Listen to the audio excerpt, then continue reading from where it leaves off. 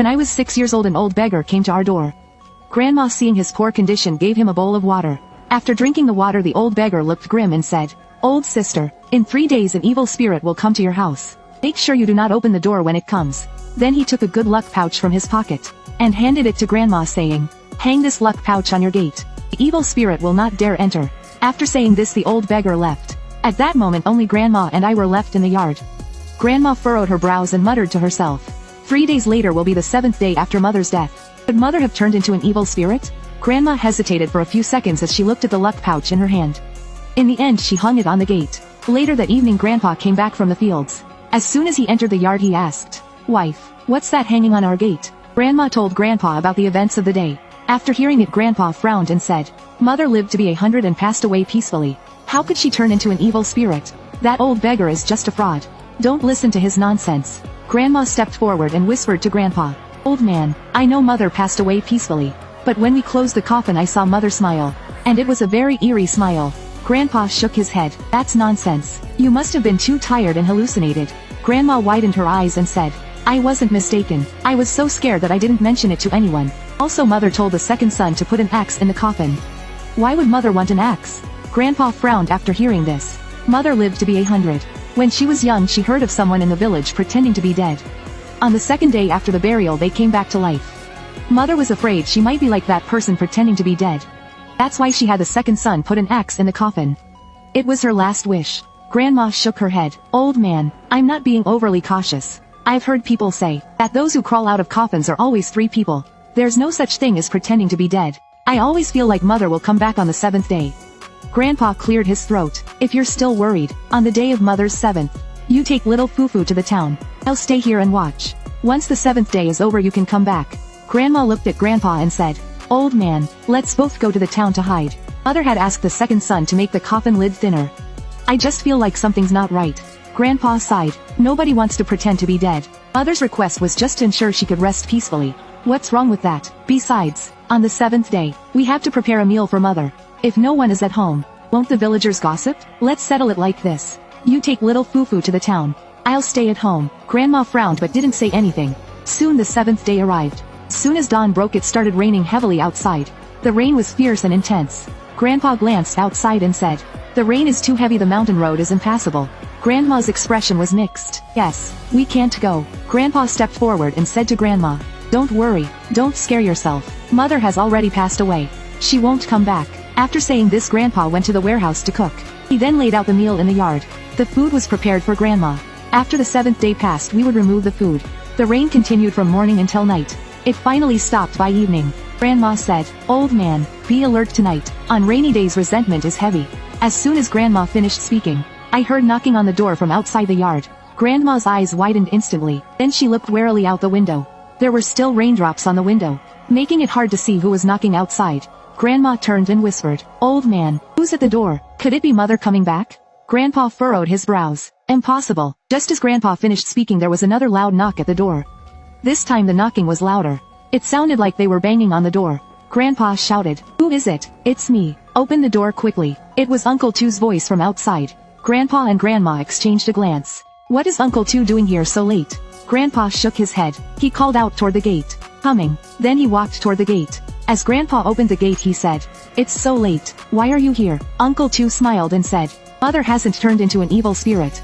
Just as Uncle Two finished speaking, Grandpa opened the door. When the door opened, Grandpa saw Grandma standing beside Uncle Two. Grandma smiled eerily at Grandpa. "Big brother, Mother hasn't turned into an evil spirit. I don't know why, but I felt that Grandma's smile was unsettling." Grandpa stared at Grandma in shock. Then said, "Mother, did you crawl out of the grave?" Grandma grinned. Then she reached out and patted Uncle Two's head, saying, "Thanks to Uncle Two's filial piety, he always visits my grave." It was Uncle Two who dug me out of the grave.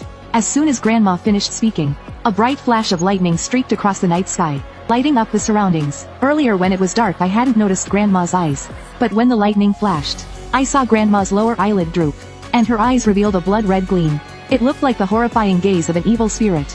After the lightning, a few loud thunderclaps followed. Grandpa said, "It's going to rain. Let's go inside to talk."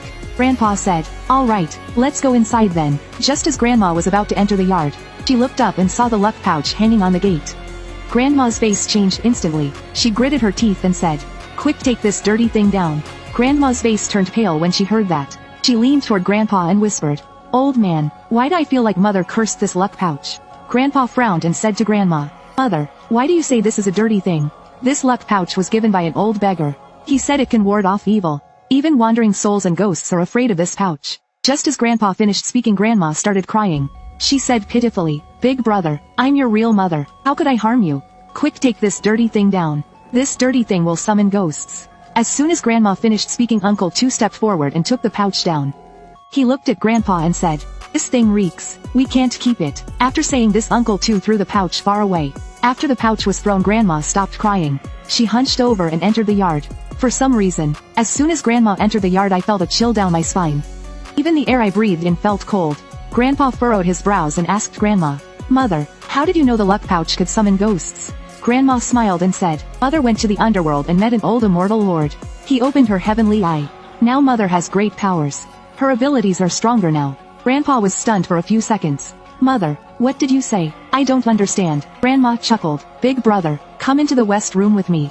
I'll treat your leg." When Grandpa was young, he had injured his leg, which left him with a limp. Grandpa said, "Mother, I've had this leg injury for decades. No doctor in town can fix it. Please don't say such things." As soon as Grandpa finished speaking, Uncle Two said, "Big brother, just listen to Mother. She won't harm you." After saying this, Uncle Two pushed Grandpa into the west room. Grandma also shut the door to the west room. Grandma tried to enter but was stopped by Uncle Two. Uncle Two said, "Sister-in-law, you don't need to worry. Mother's powers are great now. We're going to live a good life." Grandma frowned and said, "Uncle Two, let me just take a quick look inside." Uncle Two said, "No, Mother is now half immortal. We can't watch when she's doing her ritual. It could cause trouble." Just as Uncle Two finished speaking, I saw the door to the west room open. Grandpa walked out of the room, and amazingly his long-standing leg problem was completely healed. Grandpa was walking like a normal person now. He could even jump a few steps. Grandpa smiled and said, "Mother, you're truly amazing." Grandma smiled and said, "Thanks to the blessing of the old immortal lord. Thanks to the old immortal lord." Grandma's words were barely finished when I heard a loud boom. A thunderbolt struck, splitting the tree in our yard in half. The tree caught fire. Then a torrential rain began to pour. We rushed into the east room. Grandma and Uncle Two went into the west room. Despite the heavy rain, the fire on the tree was not put out. The fire was still burning. Grandma frowned and said, "Old man, how did Mother treat your leg?" Grandpa shook his head and said, "I don't know. Mother wouldn't let me open my eyes." Grandma whispered, "Old man." When the thunder struck, I looked at Mother. We all had shadows, but Mother didn't. Grandpa furrowed his brows. Mother suddenly came to life. And now she has these amazing powers. This is really strange. When the sun comes up, I'll go and ask Old Chen, the fortune teller. Let him take a look at Mother. Old Chen is the fortune teller in our village. He has some skills. He lives on the back hill. He rarely comes down the mountain. Grandma nodded. Okay. The next morning, as soon as it was dawn, Grandpa left. It wasn't until near noon that Grandpa came back. Grandma pulled Grandpa into the east room and whispered, "What did Old Chen say?" Grandpa grimaced and said, "Old Chen wasn't there. I didn't see him at all." Grandma sighed. He was probably asked down the mountain. Just as Grandma finished speaking, I saw two people enter our yard.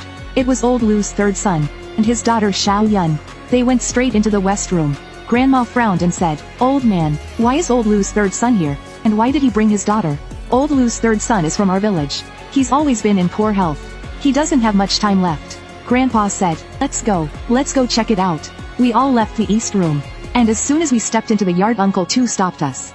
Uncle Two said, "Mother is treating Old Lu's third son. None of you can go in." Just as Uncle Two finished speaking, I saw Old Lu's third son coming out of the west room.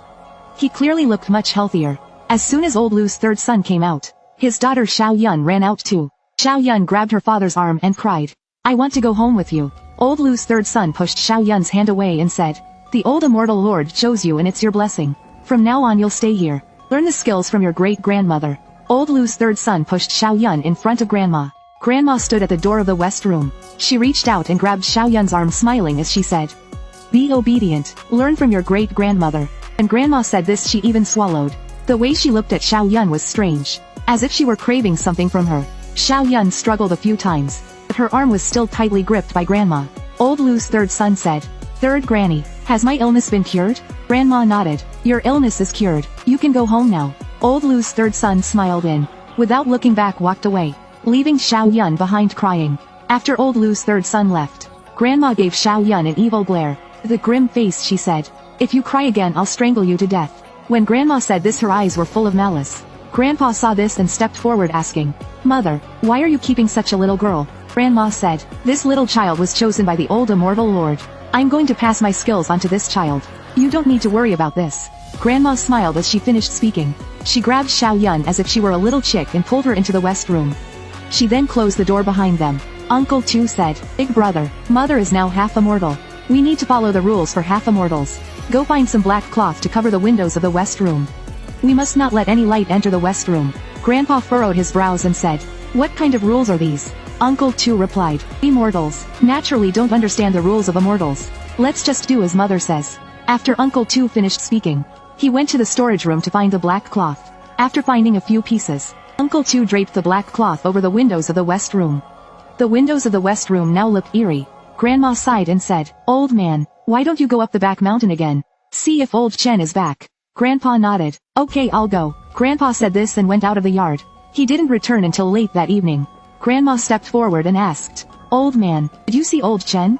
Grandpa shook his head. Old Chen wasn't there. Grandma frowned. "This is troubling." Grandpa sighed and said, "Maybe we're overthinking it. Let's sleep for now." Grandpa said this and lay down to sleep. Grandma sighed and also lay down to sleep.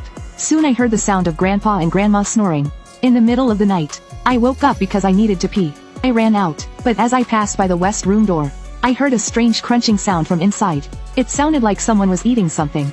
A foul bloody smell floated out from the window of the west room. It's so late. What could Grandma and Uncle Tu be eating? Just as I was feeling confused, the door to the west room suddenly opened. Uncle Tu's head peeked out. He smiled at me and said, "Little Fufu, come here."